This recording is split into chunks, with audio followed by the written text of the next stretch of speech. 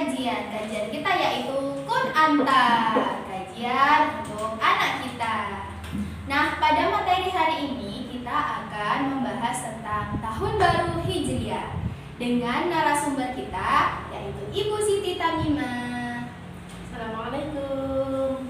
Perkenalkan, nama saya Ibu Siti Tamimah. Nah, Ibu Siti Tamimah ini adalah wali kelas 1. Di sini kita akan berbincang-bincang tentang yang namanya Tahun Baru Muharram.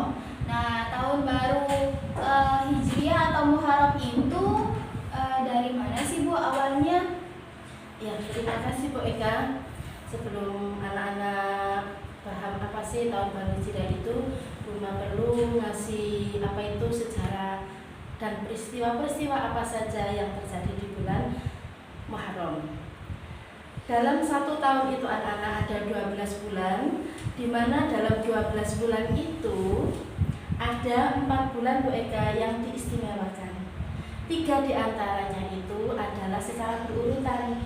1 diantaranya itu agak berjauhan lah ya, itu adalah bulan Muharram. Dalam bulan Muharram itu ada 1 hari yang dimuliakan, yaitu tepatnya pada tanggal 10 Muharram. 10 Muharram ya. Kenapa kok dimuliakan? Karena pada tanggal 10 Muharram itu ada beberapa peristiwa yang besar yang berkaitan dengan apa itu para nabi dan rasul. Ya. Ceritanya bagaimana Bu? Saya jadi penasaran. Gitu ya beda ya. Iya. Yaitu yang peristiwa yang pertama yaitu diterimanya taubatnya Nabi Adam. Nabi Adam itu ceritanya adalah nabi pertama kita. Ya, Nabi Adam itu adalah nabi yang pertama sekaligus manusia pertama yang diciptakan oleh Allah. Kemudian Nabi Adam setelah diciptakan, Nabi Adam itu ditempatkan di surga. Kemudian diberi pendamping yang namanya siapa Bu Eka? Ibu Hawa. Iya benar ya? yang namanya Ibu Hawa. Dan semua fasilitas yang ada di surga itu sudah diberikan kepada Nabi Adam dan Ibu Hawa. Tapi hanya 1 yang tidak diperbolehkan, yaitu Nabi Adam tidak boleh makan buah huldi. Nah, tapi Nabi Adam melakukan pelanggaran untuk makan buah huldi. Karena itu Allah murka dan Allah mengusir Nabi Adam dari surga dan diturunkan ke bumi. Ketika Nabi Adam dan Ibu Hawa itu di bumi Bu Eka, beliau itu selalu beristighfar, mohon ampun, bertobat supaya diampuni oleh Allah. Dan istighfar atau doa yang diucapkan itu adalah Bismillahirrahmanirrahim. Rabbana dzalamna anfusana wa illam taghfir lana wa tarhamna lanakunanna minal khasyirin. Itu yang diucapkan terus. Akhirnya beliau diterima taubatnya tepat pada tanggal 10 Muharram. Itu yang peristiwa pertama Bu Eka. Itu yang Nabi Adam ya. Untuk yang peristiwa kedua yaitu peristiwa Nabi Yunus.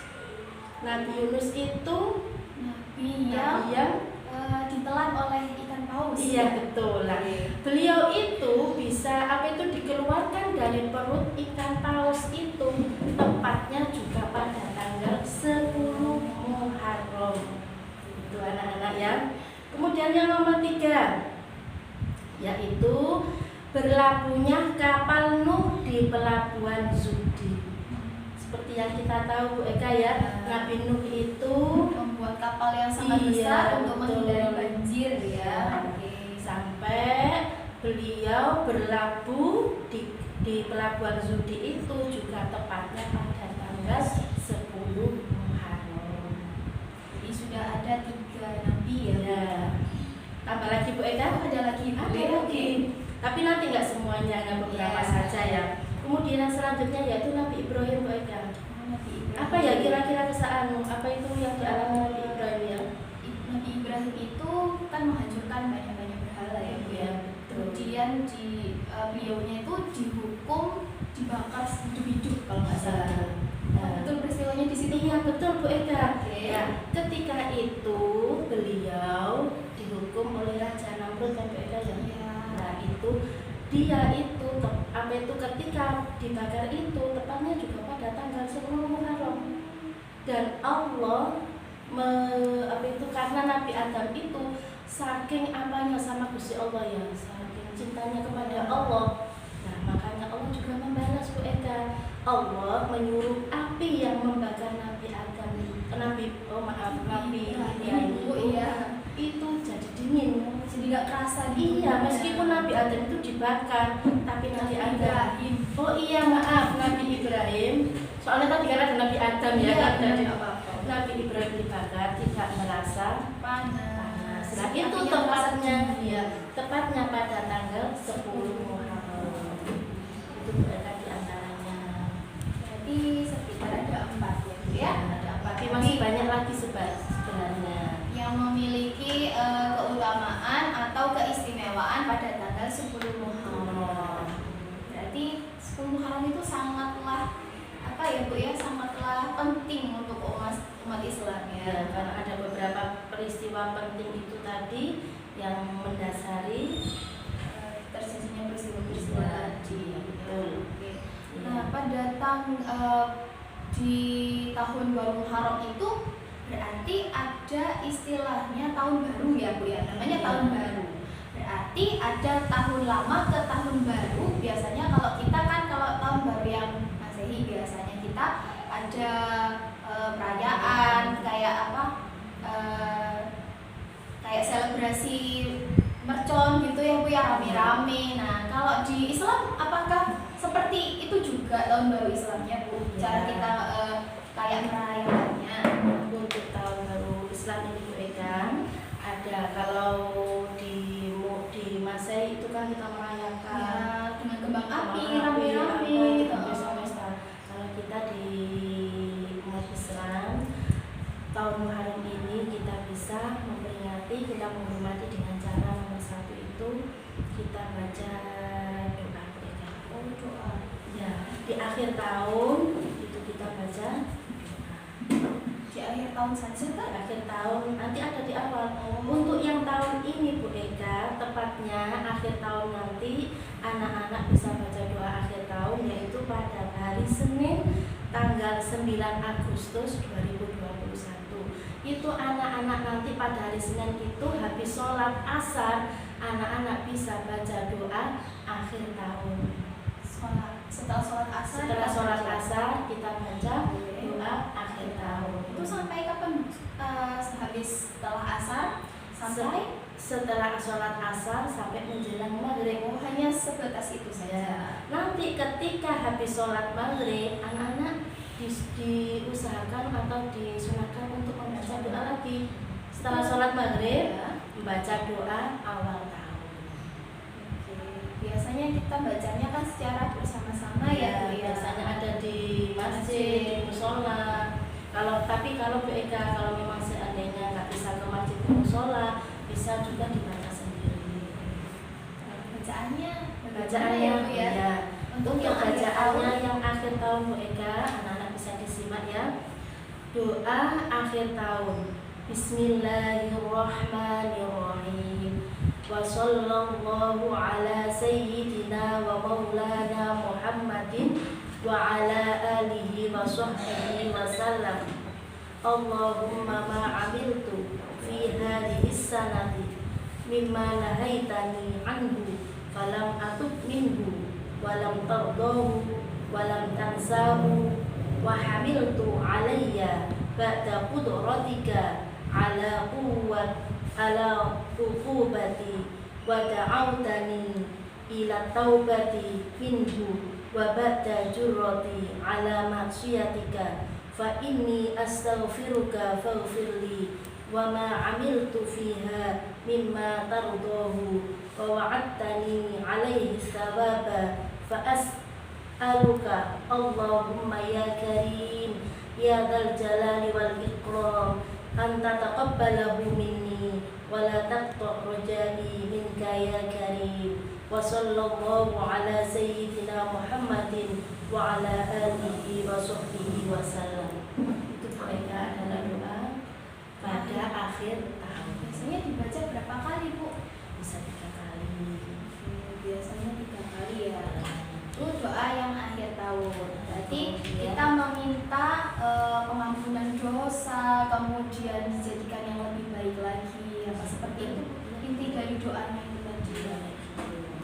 Itu setelah asar. Jadi dibaca doa akhir tahunnya yaitu setelah sholat asar hingga menjelang maghrib.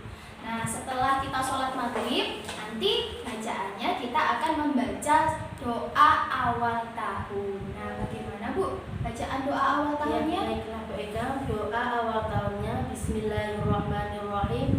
Wa sallallahu ala sayyidina wa maulana Muhammadin wa ala alihi wa sahbihi wa salam.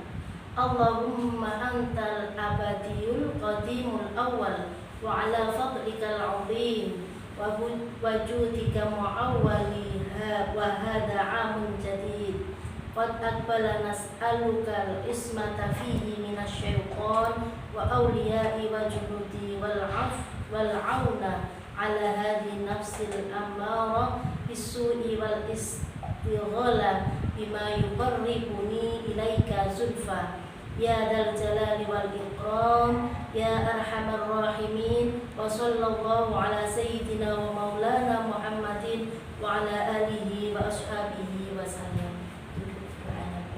Oke.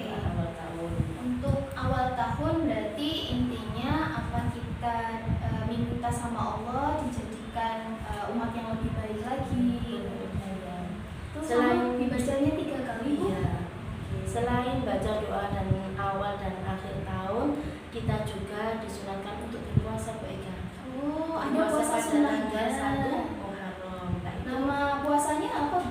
puasa 1 Muharram. Oh, itu Puasa tanggal 1 tanggal sampai 1 Muharram. ada tanggal 1 sampai berapa? Ya, kalau yang disunahkan itu 1 sampai 1, kemudian ada juga yang menjelang apa itu 9, 10. Oh, nama puasanya adalah puasa Asyura. Ya, Ya, puasa Asyura. Tasu'a dan Asyura. Ya, Ya. iya. Oke. Jadi kita disunahkan berpuasa setelah kita membaca doa awal dan akhir akhir dan awal tahun tadi ya. Terus besoknya kita berpuasa sunnah yaitu puasa sunnah tanggal 1 Muharram atau puasa sunnah Muharram. Kemudian pada tanggal 9 dan 10-nya kita lanjutkan puasa lagi ya Bu ya. Namanya puasa Tasyu'ah dan Asyura. Dan itu juga Bu Eka, tidak hanya itu, kita pada waktu bulan Muharram itu, terutama pada tanggal 10 Muharram itu diperbanyak sedekah. Kemudian biasanya kan menyantuni anak yatim. Dan biasanya kalau terutama pada tanggal 10 Muharram itu banyak yang mengadakan santunan anak yatim. Atau sering disebut bahwa tanggal 10 Muharram ini disebut juga dengan hari rayanya anak yatim ya, karena mereka banyak sekali mendapatkan santunan pada saat tanggal 10 Muharram. Terutama pada tanggal 10 Muharram. Berarti keutamaannya apa Bu? Kenapa kok harus tanggal 10 tadi? Karena ya itu tadi kan dari itu memperingati tadi dalam rangka menghormati peristiwa-peristiwa tadi yang terjadi dari Tanggal 10. ya tadi itu. Nah, selain itu Bu, yang saya ingin tanya ya, kan banyak ya sekali tadi kejadiannya dari beberapa nabi tadi. Ada tradisi orang sini Bu, pernah tahu nggak Bu? Apa itu, Mega? Membuat bubur syuro. Nah, bubur syuro ini katanya juga memperingati, yang saya dengar ya Bu ya, biar saya cerita biar nggak kaget sama Bu Mima ya.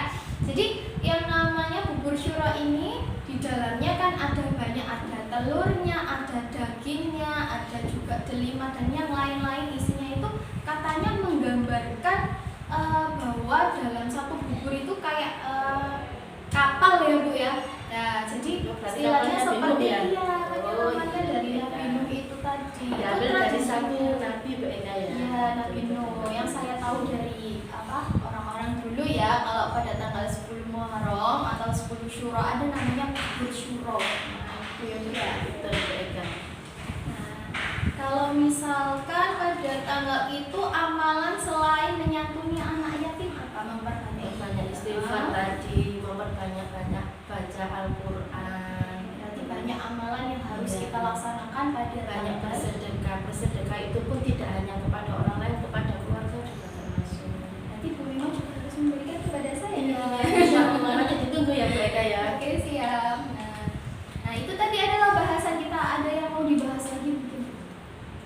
cukupkan Ya, karena cukup. memang menurut saya bahasan ini kalau diteruskan Iya, lebih nanti panjang nggak ya. selesai sampai Selesai. episode Iya, ya. benar.